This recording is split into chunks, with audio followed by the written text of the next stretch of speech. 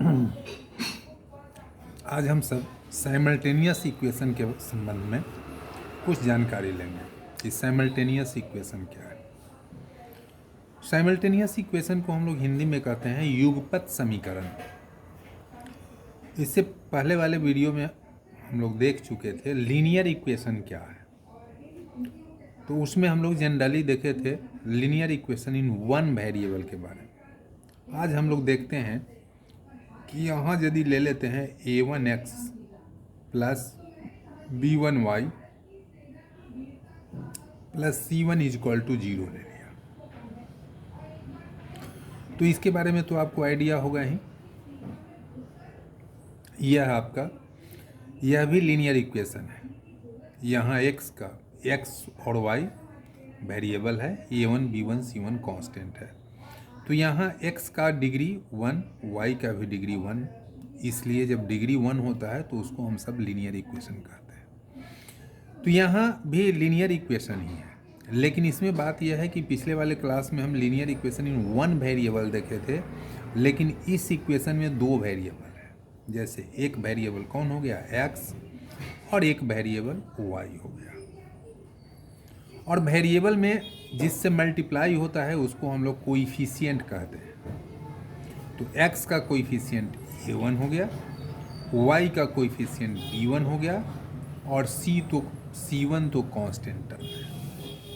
हम लोग linear equation in two variables, ये हो गया आपका linear equation in two variable. तो वैसा इक्वेशन जिसका डिग्री 1 हो और वेरिएबल 2 हो, उसे हम लोग linear equation in two variables कहते हैं। तो ये linear equation in two variables का एक इक्वेशन हो गया। अब एक और इक्वेशन हम लोग ले लेते हैं। यहाँ ले लेंगे वेयर इसमें होगा a1 b1 c1 are real numbers and a1 and b1 are not equal to 0 simultaneously. दोनों एक साथ 0 नहीं हो सकता, ऐसे अलग अलग 0 हो सकता है। एक बार a1 0 होगा तो b1 नहीं होगा, एक बार b1 0 होगा तो a1 नहीं हो सकता है, या दोनों नन 0 हो सकता है। तो यहाँ हम देख रहे हैं क्या, ये linear equation in two variables का जनरल इक्वेशन हो गया। इसको हम लोग a1 b1 c1 ले लिए। तो जनरल इक्वेशन में जनरली हम लोग ax plus by plus c equal to 0, वही बात हो गई। ये इसका कोइफिशिएंट चेंज हो गया, 1 a1 b1 और c1। तो यहाँ a1x plus b1y plus c1 equal to 0, ये क्लियर है कि यह आपका linear equation in two variables है। ये लीनियर इक्वेशन क्यों है, चूँकि इसका डिग्री 1 है। अगला हम linear equation in two variables एक और ले लेते हैं, a2x plus b2y plus c2 equal to 0। अब देखिए, ये दो लीनियर इक्वेशन को जब हम एक linear equation in two variables को एक साथ लेते हैं तो this is called simultaneous equations. Okay, मतलब क्लियर हो गया कि साइमल्टेनियस इक्वेशन किसे कहते हैं। तो वैसे दो linear equation in two variables जिसको हम लोग एक साथ ले लेते हैं, when we take two linear equation in two variables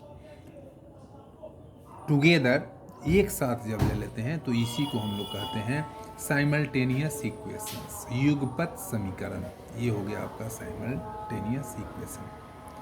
इसको हम लोग कहेंगे क्या, साइमल्टेनियस इक्वेशंस को when we take two linear equations in one variable together, then this is called simultaneous equations. Okay, अब यहाँ पे हम सब देखेंगे ये आपका साइमल्टेनियस इक्वेशन। यहाँ एग्जाम्पल हम लोग ले लेंगे। यहाँ एग्जाम्पल में साइमल्टेनियस इक्वेशन का क्या हो जाएगा, जैसे 2x plus 3y plus 5 is equal to 0 हो गया, एंड अगला 3x प्लस 5y और प्लस 7 इज इक्वल टू 0 हो गया। यह दोनों को एक साथ हम ले लिया, इसलिए यह क्या कहलाएगा, साइमल्टेनियस इक्वेशन। तो बस सिंपल सी बात है, साइमल्टेनियस इक्वेशन किसे कहते हैं।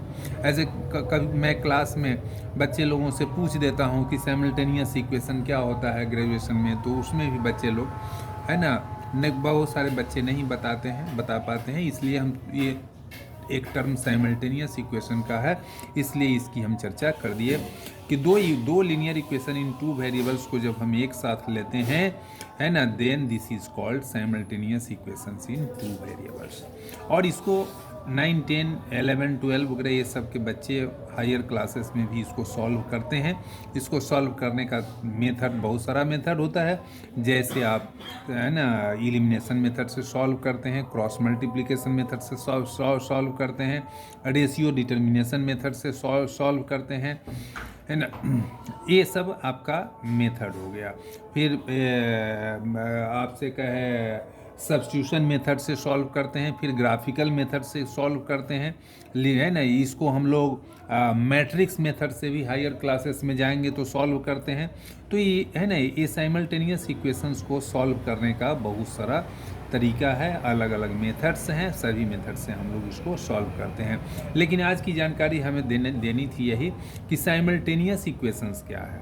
तो सिंपल सी बात हो गई कि जब हम दो linear equation in two variables को एक साथ लेते हैं तो उसी को साइमल्टेनियस इक्वेशन कहते हैं। When we take two linear equations together, two linear equation in two variables together, then this is called simultaneous equation। अब देखा जाए, यहाँ पे हमने तो दो लीनियर इक्वेशन को एक साथ ले लिया। अब इसी में यदि हम सब तीन लीनियर इक्वेशन को एक साथ ले लें, जैसे v1x प्लस b1y प्लस, है ना, linear equation in three variables ले लें, a1x plus b1y plus c1z plus d1 is equal to 0 हमने ले लिया। और यहाँ पे a2x plus b2y plus c2z plus d2 is equal to हमने 0 ले लिया। यह a3x plus b3y plus c3z is equal to यहाँ हमने d3 ले लिया। तो यह भी लीनियर इक्वेशन है, लेकिन इसमें थ्री वेरिएबल्स है, इसलिए linear equation in three variables हो गया। यह linear equation in three variables हो गया, और यह भी linear equation in three variables. तो तीन लीनियर इक्वेशंस इन थ्री वेरिएबल्स को हमने एक साथ ले लिया।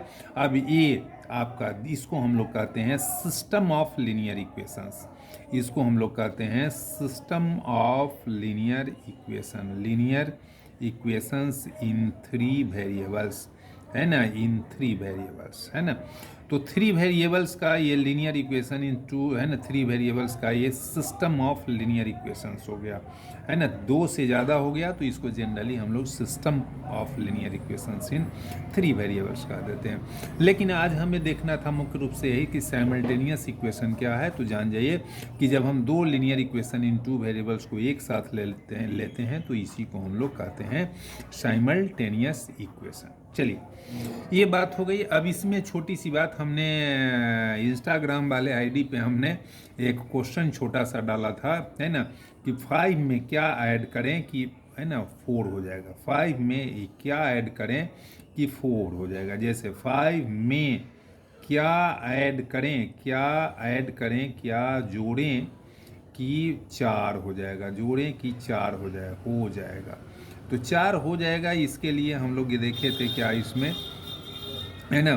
तो इसको सॉल्यूशन में यदि आप लेकर चलते हैं, कैसे बनाते हैं, तो सपोज लेट 5 में जो जोड़ना है उसको हम सब मान लेंगे। तो मान लेते हैं कि लेट 5 प्लस एक्स, या what 5 plus x is equal to 4 आ जाता है। तो यहाँ पे हमने 4 ले लिया।